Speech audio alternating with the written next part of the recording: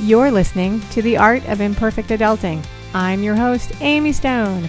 Here, I share stories from real people navigating the adventure that I call adulting. Are you ready? Me too. Let's do this. Hello, friends. In this episode, I am going to introduce you to Jennifer Celeste Briggs. We talk about how a health diagnosis for her daughter, Sarah, changed her life. So I'm going to admit, this story surprised me in a few ways. One of the ways is that when I was interviewing Jennifer, it feels like looking backwards in hindsight that Jennifer's early personal life experience in some ways actually prepared her for this very unpredictable journey and change in her life. And the next thing that surprised me about this interview is how some of the ideas and methodologies and philosophies that Jennifer talks about and shares with us in this interview, they feel to me like they go just so far way beyond the very specific situation in the Briggs household, and they would be helpful actually for probably many of us in like lots and lots and lots of different ways. So with that glowing description, we should probably get right to the interview. So let's go. Jennifer Celeste Briggs, welcome to the Art of Imperfect Adulting. I'm happy you're here. Are you ready for a fun chat? I am. Thank you for having me.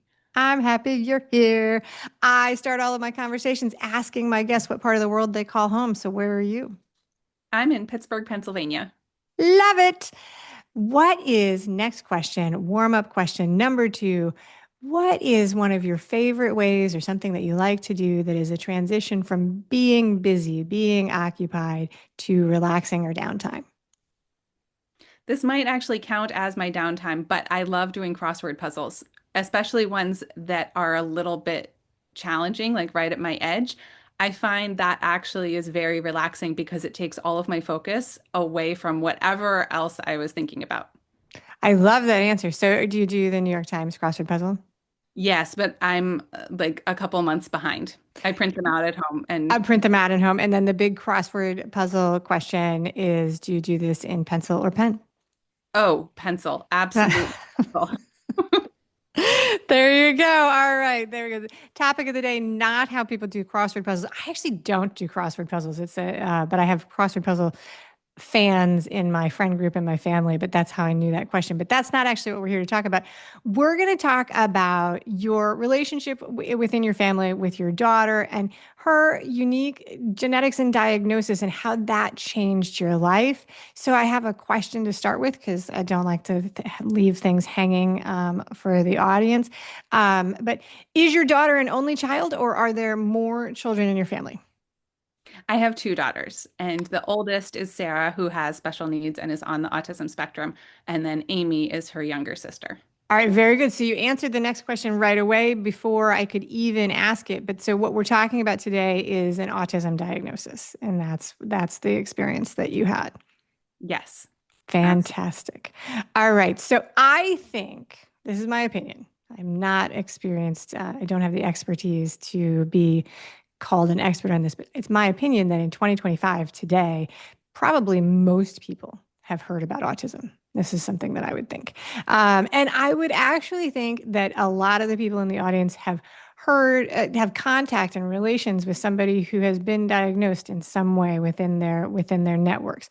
But I personally think that this story is important because knowing that something exists and having distant connection to it is very different from when we experience something by ourselves, right? So to know that autism is a thing is very different than raising a child in your family, um, is my opinion. So before your daughter was diagnosed, thinking back, what did you know about autism? Not very much in terms of direct contact with people, but when I was in college, so many, many years before I had Sarah, I read the book called Sunrise by Barry Neil Kaufman, and I thought it was amazing. And that's about Barry Neil Kaufman and his wife, Samaria Light Kaufman, creating the Sunrise program for their son, Ron, who was diagnosed as severely autistic in the 1970s. They, many specialists thought that he was deaf because he was so unresponsive. They did not believe as his parents that he was, but they knew that he needed some sort of support and help. He was very much in his own world, and they were told to put him in an institution. And they looked at those institutions and said, no, that's not what we're doing. So they converted a room in their house that was a bathroom to be a playroom for him. And they spent hours individually and training volunteers to spend one-on-one time with him. And he transformed from being nonverbal and non-responsive to being extremely responsive and able to interact easily with them and with his world over the course of 3 years. And so I read that book and was like, wow, holy cow, that was so transformative for Ron as the kid. It was amazing for the parents. I almost think that would be an incredible thing for me to do. And and then I continued in my college life. I did do a training program at the Option Institute, which is sort of like a sister organization to the Autism Treatment Center of America, where they teach people to run sunrise programs. So I had been up there studying with bears. That's what Barry Neil Kaufman is called by those who know him. Bears in Samaria. I had studied with them all about how, as anyone moving through their world, how I could take more responsibility for my experience and my happiness or unhappiness rather than blaming my circumstances. And how could I look at my own beliefs, as I was going through college, of beliefs about who I was supposed to be in the world, or was I a bad person because blah, blah, blah, because I was really struggling with how to be happy in my life, which is why my mom and stepdad gave me the book Sunrise and gave me Barry Neil Kaufman's book Happiness is a Choice. And both of those really, really opened my eyes to just a different way of being in the world, of maybe not blaming my circumstances. So that was all kind of in my cells, in my back pocket, whatever, however you describe it, when Sarah was born. And yet that wasn't what I turned to first. It was like, oh yeah, I know that's out there, but we're just in survival mode over here. And I didn't have an autism diagnosis right away. We didn't even know anything was amiss right away. It was kind of like this slow build of, something's a little different here. How do we support her? What does she need? How are we surviving? There was a lot in there to unpack. Okay, so that is really, so your parents gave you a pair of books, maybe not at the same time, Mhm. but Happiness is a Choice and Sunrise, because you were searching for yourself. You were searching for yourself. And so that I was kind of wondering, why would you read the book Sunrise if you weren't, if whether it was an assignment, whether or not it leaned into your interest professionally, so on and so forth. But so you had that in your back pocket. And so I would say, I'm going to say you had a little more exposure to this than maybe other people who had not gone through that. I had never actually heard of that book, Sunrise. So that is really interesting. Okay, so you shared a second ago, and you shared with me on the intake form for the show that the first few years with your daughter were challenging, with Sarah were challenging. So, talk to us a little bit more about when was it that you got the diagnosis? Because, and the few things that I've learned about through friends of mine who've lived a similar story and people I've known through my community is that it's not uncommon that in the beginning you don't know. There's a delay in finding out these things. So share with us a little bit about how you came to the awareness of this and what the challenges were those first few years. I would say it was within the first couple months that we had our first little tiny bit of worry when Sarah had some seizures. And we went in for the overnight EEG, and of course, it never happened in the hospital. And then it didn't really happen after that. We were like, okay, we're good. And then that was when she was 6 and 8 weeks old. Then by the time she was 6 months old, and I was going, getting together once a week with my little group of mom friends who had babies about the same age, and I was noticing that they were starting to do things like reach for toys, roll over, pick up their heads, all these things. And I was like, Sarah's not doing that. And so that began a process of seeing so many specialists, so many doctors, getting early intervention coming to the house with occupational therapy and physical therapy, eventually speech therapy. I would take her to places for speech therapy, also to help with her eating, because my milk supply just decided to have a little hiccup at about the same time that all the parenting books say it's time to move your baby onto solids. And I was like, okay. And she was like, not happening. So Then I was supplementing with formula, and I started trying to do anything I could to get her to eat because she was diagnosed as failure to thrive, which means she's not gaining weight as fast as the doctors want. And they were worried and kept saying, well, we can give you another month, and if her weight doesn't go up by this much, then we'll need to consider a feeding tube. And in hindsight, I can say, oh, well, feeding tubes, lots of people have feeding tubes. That might have been a good idea and helped me be less stressed. But I really, really, really didn't want it because I think I kept fighting this idea that I had a child with special needs. Like, this happens to other people. This does not happen to me. I will just work my tail off and we will fix this situation and no one will ever know that we went through this. That was in the back of my mind. And so I would go to the Yeah. grocery store and I would pick up every bit of food and look for what was the highest calorie, regardless of nutrition, and I would track her calories. I would only give her healthy food like pureed carrots if she had had enough butter pats in the day to surpass her calorie need. So, so that was stressful. And she didn't do tummy time the way other babies do tummy time. She would shove her face into the carpet. Like, the idea is, even if your child doesn't like it, they're still going to pick their head up and strengthen their muscles. Not her. She was like, I'm not doing that. So everything was really stressful. I mean, I want to say, like, of course, I also took walks with her and it was great and it was snuggly. And I would look at her and be like, you're the cutest baby I've ever seen. I could just get lost staring at you forever. So, so there were lots of wonderful parts and we adored her from the very first moment. And there was this panic of, is my child going to live? Is she going to make it? Is she going to learn to roll over? Is she going to reach for toys? Is she going to walk? Is she going to talk? And seeing all the specialists and going for appointments and MRIs and trying to figure out what's going on. Why is this child different? So at about a year, they did diagnose her as having a genetic difference from other babies. So that was basically our answer. That was like, okay.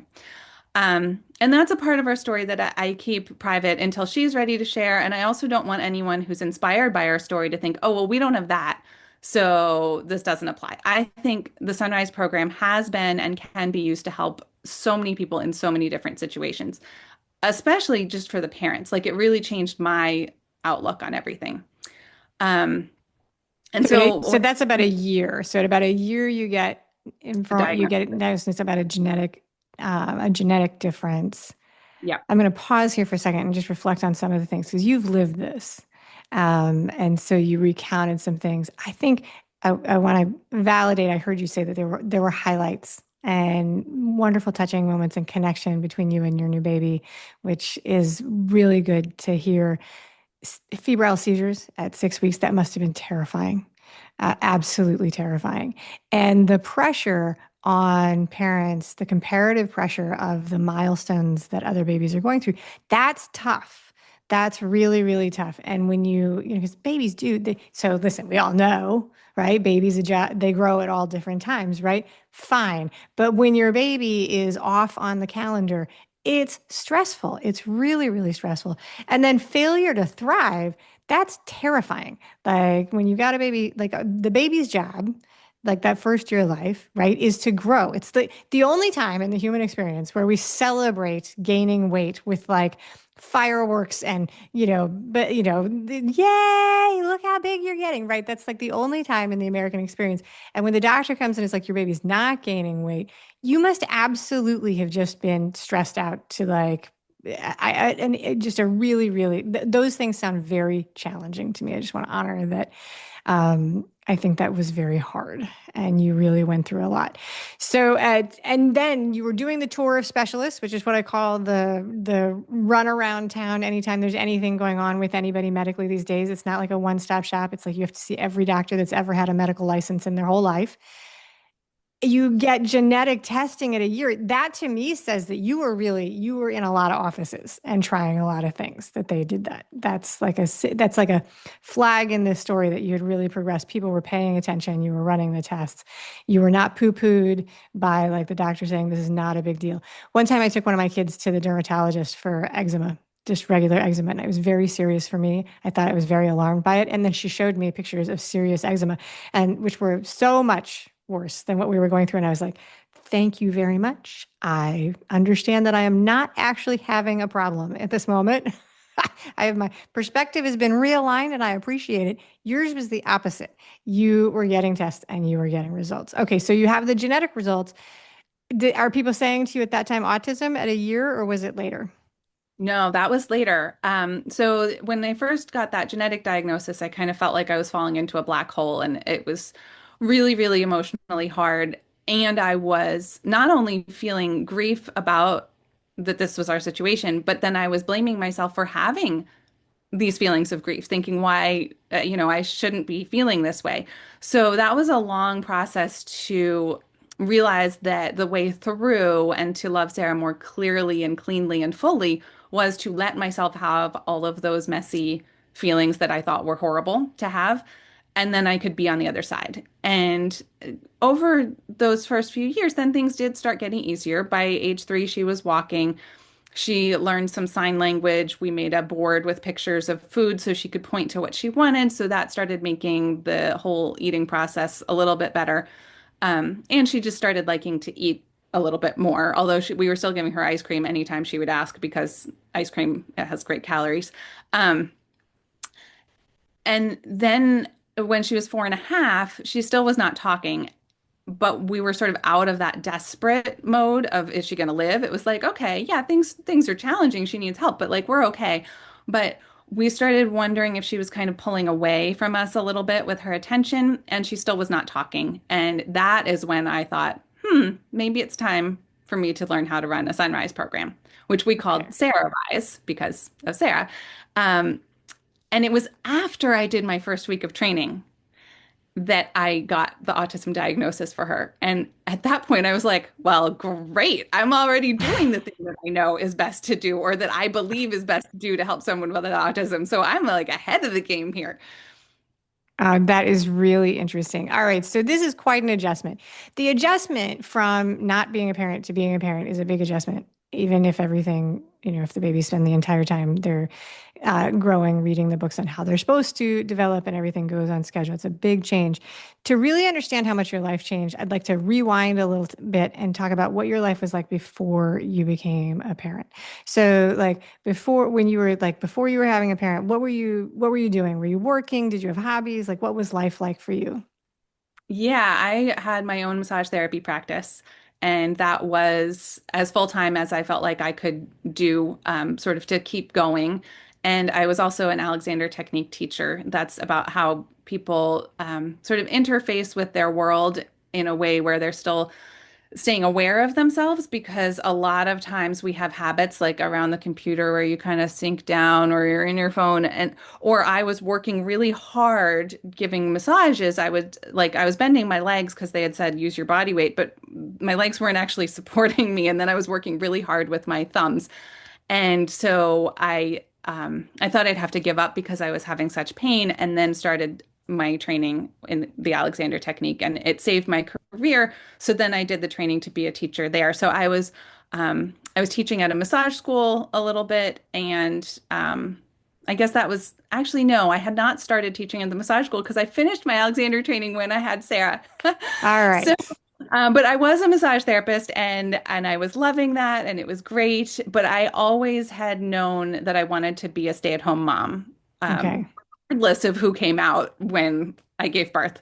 So I had closed my practice before she was born, and then I was home full time for 2 years before deciding to start working a tiny bit again in a very part-time way.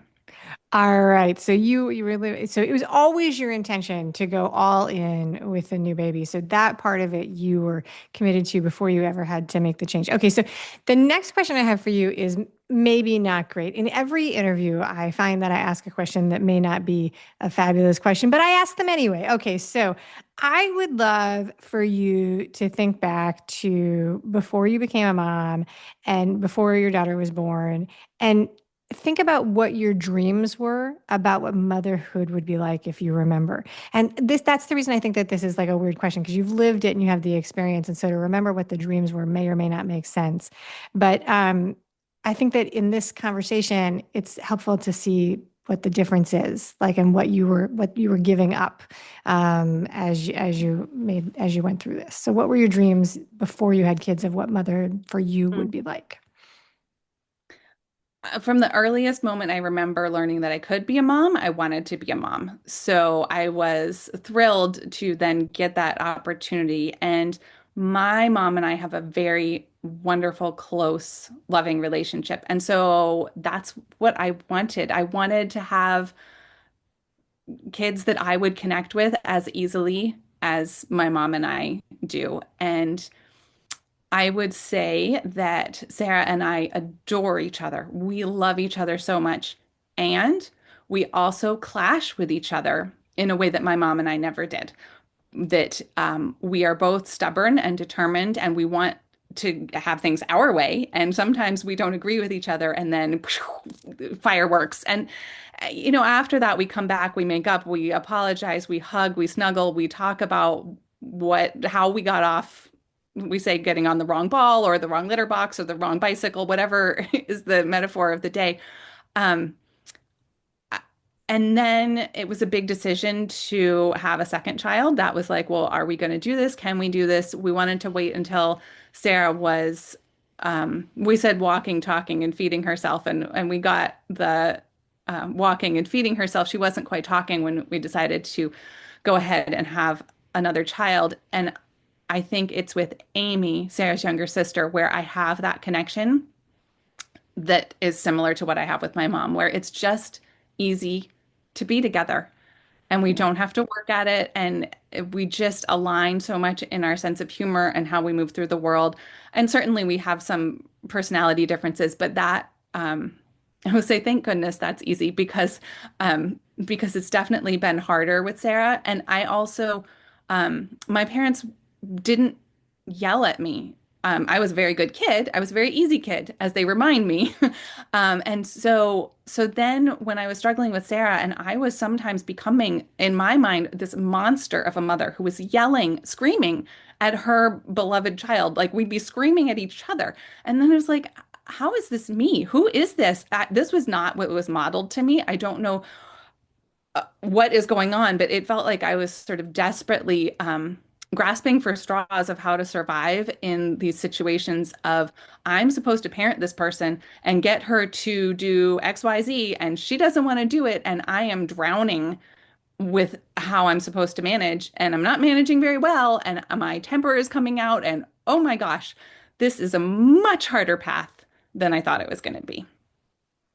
That there's a lot in there to unpack. It's you mentioned that you didn't have this modeled for you, so you weren't going into this situation with an example. And then it sounds like, and these are my words, not yours, that when it wasn't working sometimes the way you had seen it modeled or you wanted to create, you were having this experience. You were like, who have I become?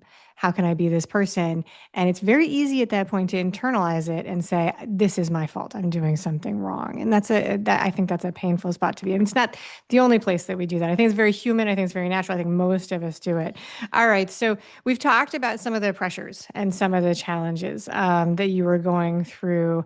And so you've got a routine. You're going through these challenges. You add another child. I love all the children in my family, but adding more people to the family is not a simplification tool. It doesn't make anything simpler.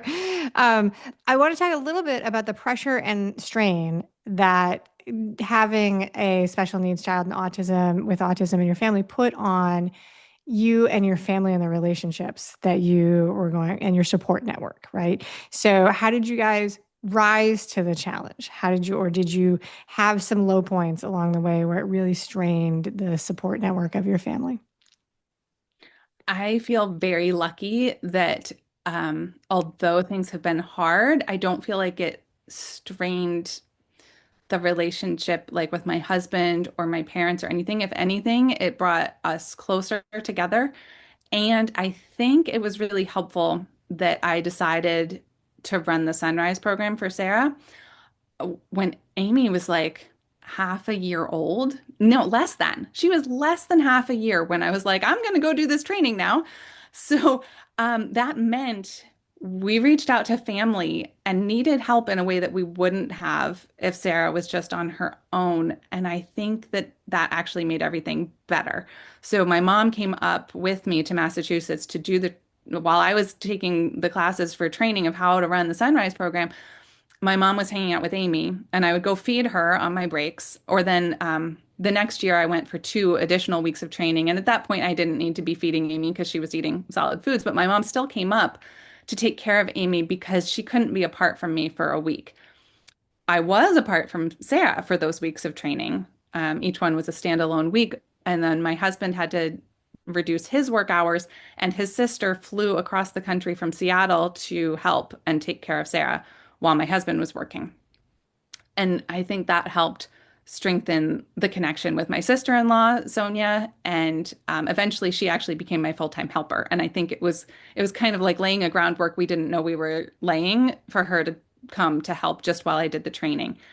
And reaching out, then I reached out to get volunteers because I wanted to do a program that was full-time enough that it couldn't just be me doing the one-on-one time with Sarah. I was going to have volunteers. Now, some families decide, oh, we're going to change our lifestyle a little, or we'll just do a couple hours a day. And then it's just one or two parents doing it. And they still can see differences. Like I saw differences as soon as I started interacting with Sarah, as soon as I got back from my training and I was different with her. But I knew I wanted to spend a lot of time. And so that meant asking for volunteers. And that supported Amy in a way, like it gave her this one-on-one attention because she was so little. She needed that while I was with Sarah. And I think if we hadn't done the program, if we hadn't had the volunteers, my attention would have been so much on Sarah, and Amy would have gotten the short end of the stick like nobody's business. Whereas this way, if I had to volunteer with Sarah, then I was with Amy. And if I was with Sarah, then I had to volunteer with Amy. And her volunteers became some of her best buds. And Sarah's volunteers, many of them are still a very important part of our life. And in those very early years before I started the program, I would be desperately looking at my watch of like, when is my husband getting home? I can't stand another minute. I need a break. And then when our house was filled with volunteers coming and going, and especially when I had my sister-in-law helping and helping with the food prep and the cleanup and everything, it was like our house was this busy, loving, creative hub of activity. And so if my husband had a work meeting come up and had to work a little later, it was like, okay, well, maybe I'm a little annoyed, but a lot of times I just wasn't as stressed, so I could handle it better. It wasn't all on him to come be my help. Okay, that is so powerful. So, what I heard you say, and I'll recap it so you can let me know if I'm taking the right thing out of this, is that you asked for support. You went to your network and you were open, and in various ways and at different times, you leaned into the people around you. And that is why you were able to be.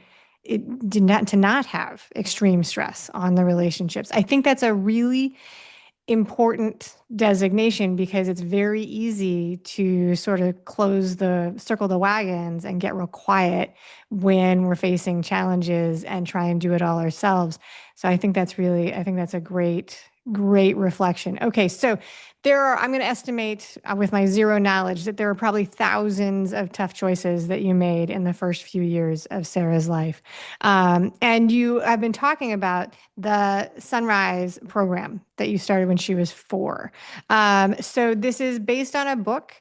And I'd love for you to talk a little bit more about what it is. You talked that you went through some training then, so we know a little bit about how you discovered it. Did you just wake up and say, because you started doing this before you got the diagnosis of autism. So walk us through a little tiny bit about how you were making that decision, like, I'm going to do this.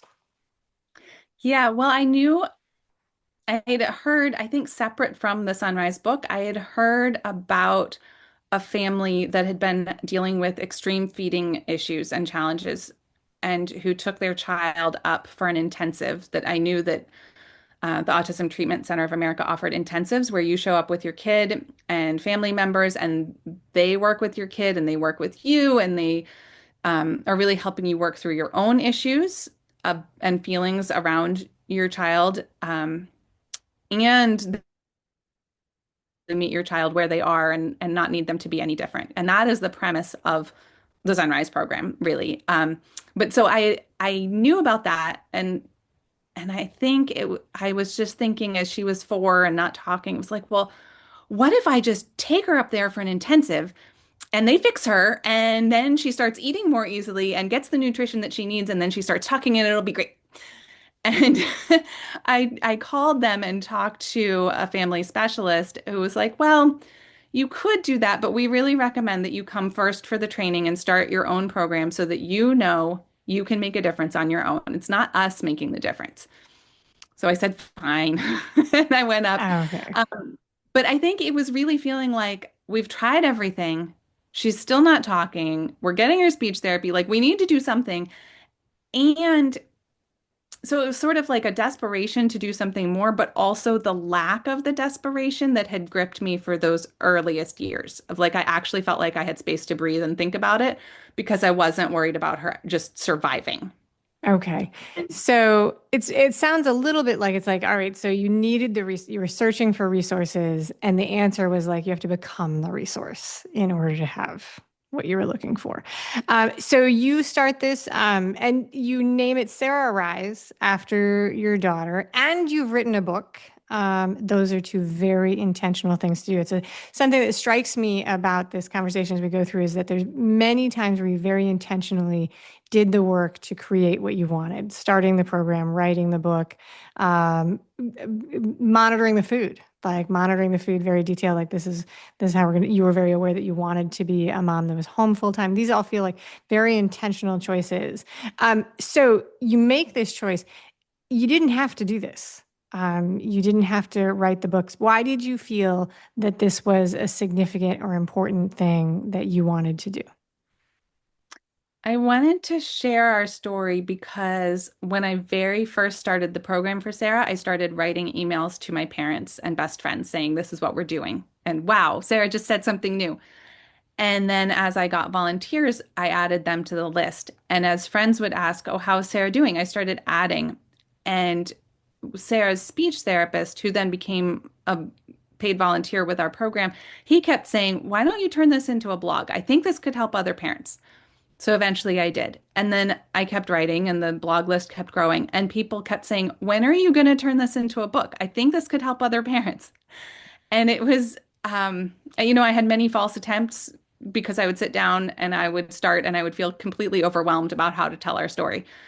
And then during the COVID shutdown, I was like, oh, I think it's time. And I think I actually understand how to begin now of the process of going through all my past updates and just copy and paste all the parts that I think are good and put them into one big document and then work from there. And it was a long slog with an editor. And then when I thought it was all ready, then I gave it to my husband.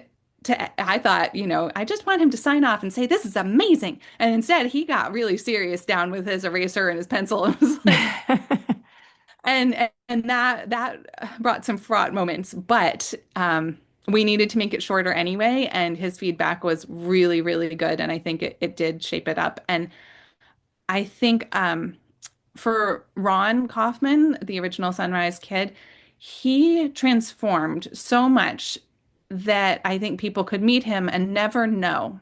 It was like my dream vision of like, oh, I'll work hard enough and people will never know Sarah had an issue. And then I came to realize that the important part that I really felt strongly about sharing was that Sarah actually still needs a ton of help, but it transformed our whole experience as a family coming together. It transformed my experience as a mom to not feel so guilty and to feel more empowered and to trust what I knew about her and how to work with her and how to celebrate her and not stop her repetitive behaviors, but join her in them as the way to connect. And I wanted to share to be like, look, you can be a totally imperfect parent and you can still make a huge difference for your child. And your child could still need a ton of help. But I can't imagine if I hadn't done this because now, yeah, we still have our issues. We definitely do, and our medical mysteries and our challenges and our temper clashes. But also, we can just go to the pool and she can swim and Yeah. she can go for a bike ride, or I can walk to the mailbox with her and trust her. Now she is pretty good at crossing the street by herself. And it's like, wow, I feel like I can relax and enjoy her, and she can enjoy her life and her connections with people and talk about streak. We have to work to actually remind her when to be quiet. And that is so amazing. And I'm so glad that I worked my butt off to help her. And not that everybody who goes through a Sunrise program learns to speak. That's not in the cards for everybody. There's no guarantee of what is going to happen. But it's just, I think it's the mental model and framework of how to meet your kid where they are and to not judge anything as wrong with them or amiss, but just really to celebrate who they are and celebrate who you are as a parent, and that's how you can be clean and clear and help them the most. That's a beautiful sentiment. I think it goes way past having a child with a health diagnosis and kind of to the core of like relations with people in our family and people we interact with and that we love. I think that, most people have a really innate desire to be valued and seen and heard just for who they actually are and how they see themselves. And yet, within families, it can be a really, really big ask to say, hey, just accept people for who they are without trying to change them. It's not always easy for people to do. And one of the places that we see that struggle very famously that shows up in like stereotypes in comedy and movies is the shift from being a child to being an adolescent, and you see the parents trying to shape it. And why are you acting out, when they just want to grow up. They want to grow up and be their own independent selves. All right, so in a second we're going to do the final questions. I want to give you a chance to talk directly to the audience and tell them how they can find you online if they want to connect with you after the show. Yeah, my website is watchingsarahrise.com, and that has links to my Facebook and Instagram where I show up as Jennifer Celeste Briggs author. You can also find me on Goodreads, just searching for Jennifer Celeste Briggs. That is fantastic. So the book is called Watching Sarah Rise. I'm going to put the links to the popular bookstores in the show notes. You have a special offer for the audience, which I think is really fantastic, which is that if people purchase the book and then reach out to you and let you know that they found out about it from the show, you will send them a free signed book plate. I think that's very cool. And I want to say thank you very much for making that offer to the audience. For everybody who's watching and listening, the easiest way to get some of these links, especially like the specialized links to like bookstores, is to be a subscriber to the Imperfect Adulting email community, because then I zap it to you right into your email box. So I always throw that in at every single episode to encourage people to sign up. All right. Are you ready, Jennifer, for the final three questions? All I right, so am. very good. Now, so I write these before I talk to people, and so I never know. But this first one, I think I could answer for myself without even, but I'm going to ask it anyway. Do you consider yourself more of an introvert or an extrovert?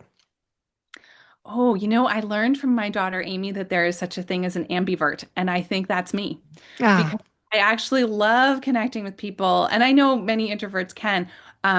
If I had to pick introvert or extrovert, I would say introvert because that's how I recharge, is I need quiet time by myself.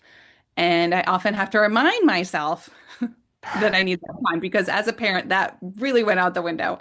it does. It absolutely. I would have absolutely put you in the extrovert category based on the fact that you reached out to people on your own initiative. But that's the way. And I am just going to say this. I think that everybody would be like, so if it's a multiple choice question and you have to choose introvert, extrovert, or ambivert, probably all of us fall into the ambivert because we've got qualities of both in all of us. But so that was a delightful answer. Okay, now, when you were in high school, what was your favorite musical artist or band? Do you remember? And are you willing to share with the public? Oh yeah, I was hardcore into the Monkees and the Hooters. Oh, very nice. I love it. I, I love that question. All right, very good. If you won a free, all expenses paid vacation, and it's multiple choice, you have to choose one of the selection. Which would you choose? An all-inclusive beach resort, a mountain retreat, camping or glamping in the wilderness, or a luxury hotel in a city with museums and culture? Which is the one that tickles your fancy? Hmm, that is tough, but Rob, is this just me by myself or with the whole family? You get to choose. So that's an open-ended question the part, but it's your fantasy, so you get to choose. All right, then I would do the beach with my family because we all love it. And that's a place where my kids can play happily for hours with no technology. And my husband and I can just kind of sit back and read a book, and it is marvelous. Fantastic answer. That's it. Jennifer Celeste Briggs, thank you so much for being a wonderful guest today on the show. Thank you for having me. Thank you for listening today. I hope that you enjoy the show. And before I go, I want to encourage you to become a bigger part of the conversation. Obviously, subscribe wherever you're listening to the show. Listen to more episodes. That'd be great. Obvi again, please write a review and tell your friends about the show. That truly is a great help for getting the show in front of new people.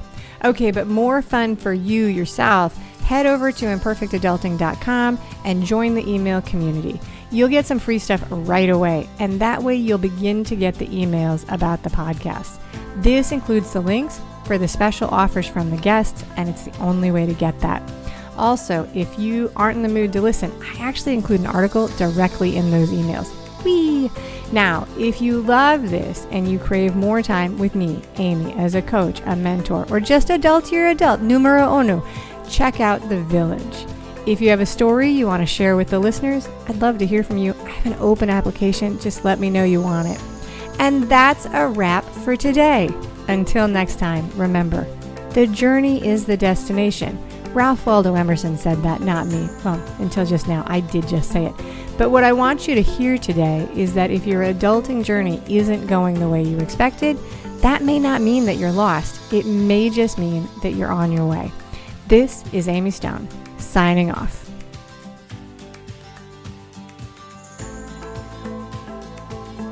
The Imperfect Adulting podcast is created and produced by Amy Stone and Amy Says So. Anything expressed on this show is offered as entertainment, and the views of the guests may not always represent the ideas and viewpoints of the host. That's me. Amy does not intend or hold herself out to provide professional advice or recommendations of any kind. In the end, you and you alone need to make those kinds of decisions based on your personal and individual situation, needs, circumstances, and comfort level.